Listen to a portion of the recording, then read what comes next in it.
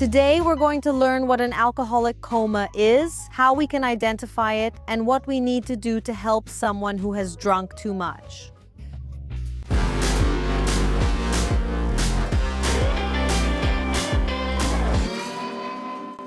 We didn't find data on how many people have died from alcohol poisoning, but the Ministry of Health estimates that approximately 6 million people, about 3% of the population, use alcohol excessively.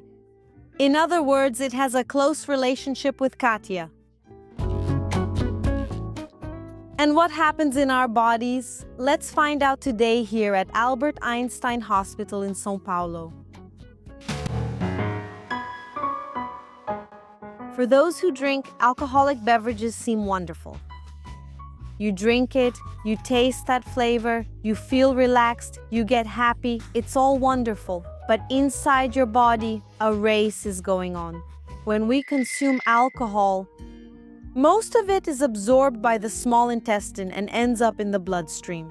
Since the body can't process that alcohol right away, technically we call this metabolizing, it keeps circulating around in our blood, traveling through various organs and causing those effects we know well: relaxation, euphoria, disinhibition. About 5 to 10% of that alcohol will be eliminated through sweat and urine. But the bulk of this work will fall to the liver. And it's not a small job, guys, it's a huge job.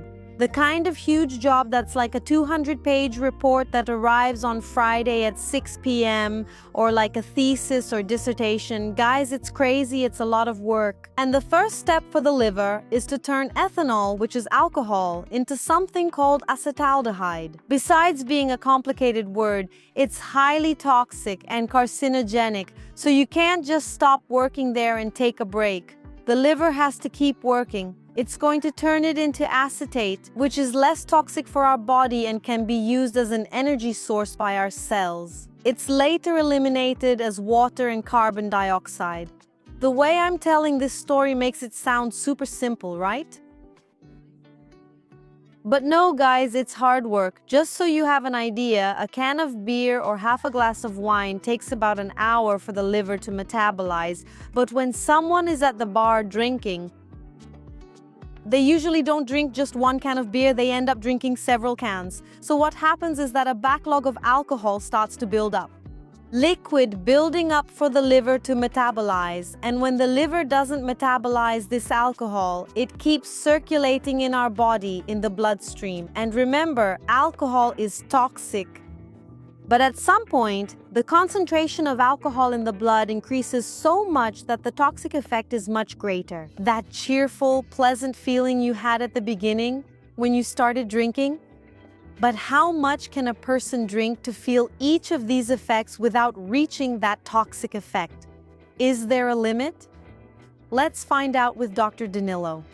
Here in Brazil, we don't have any amount that we necessarily consider safe for alcohol consumption, right? We rely a lot on data from the WHO, the World Health Organization. There, they tell us that about 14 grams of alcohol is considered one dose. That corresponds to about 350 ml of beer, 150 ml of wine, and only 45 ml of spirits. That doesn't mean that one dose is considered safe. We don't have anything that shows a direct correlation with how much we consume and the symptoms, so anyone can have a reaction because of genetics.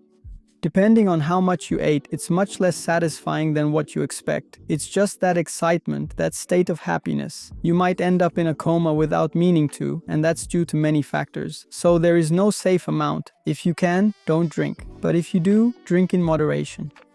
The body gets so poisoned by alcohol that there comes a time when it goes like this. Stop, I can't take it anymore, stop everything, that's enough. And blacks out.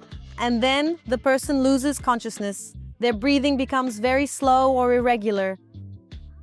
Their temperature and heart rate drop. It's the body literally saying, no, I can't function like this. That's what happens.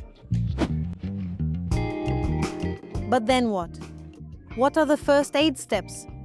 Since the alcohol remains in the blood and it will take time for the liver to process everything, the person needs to seek medical attention immediately. Otherwise, the ethanol will keep circulating and continue damaging the body. If you see someone passing out, someone who was drinking, in this context, the person was consuming alcohol and passed out, lay them on their side. On their side, just like the way you sleep. That's because one of the ways the body recovers, or helps itself recover, is by expelling this alcohol, vomiting it out of the body. But be careful, since the person is passed out, there's a risk of choking on their own vomit. We talked about this in the seizures video, do you remember? I'll leave the link here somewhere. So, lay the person on their side and let them vomit. And be careful with their head, okay? To prevent choking. Since the person is passed out, you need to call emergency services at 192.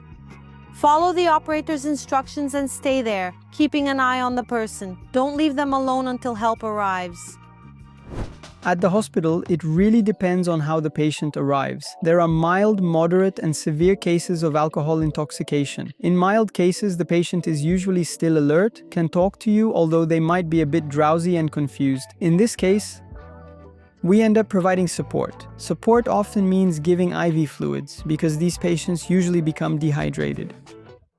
Okay? Due to some physiological mechanisms caused by alcohol itself. In addition, because of the alcohol, the patient can also have hypoglycemia, a drop in blood sugar. For that, we also need to give them sugar many times. In some selected cases, especially patients who are chronic drinkers, who've been consuming alcohol for a long time, sometimes we also have to give them vitamin B, B1 mainly, for this type of patient.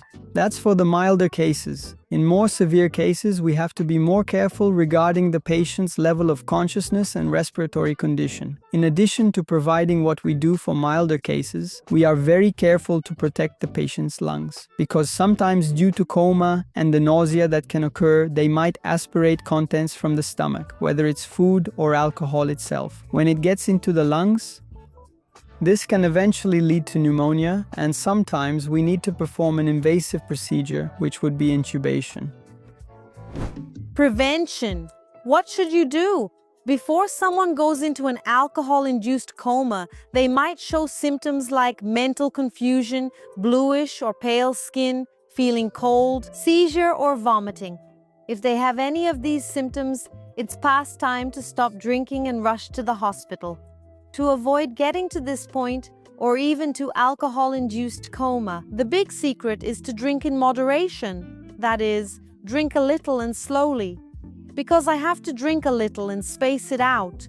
That's because there's the matter of how long it takes the liver to metabolize alcohol, to metabolize the substance that's going into your bloodstream. So, if you drink a little and space it out, you give your liver time to work, guys.